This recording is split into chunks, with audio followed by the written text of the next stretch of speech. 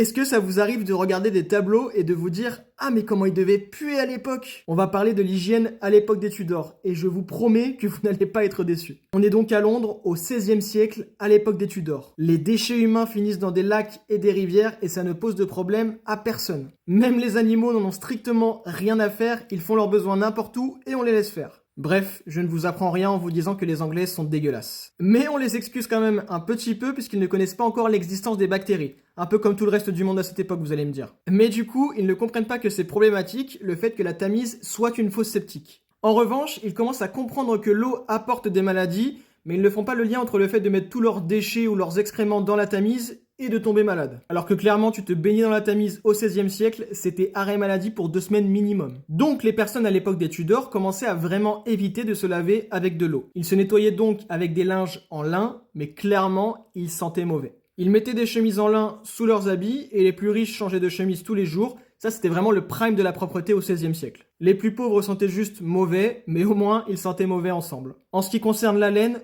je préfère ne rien dire.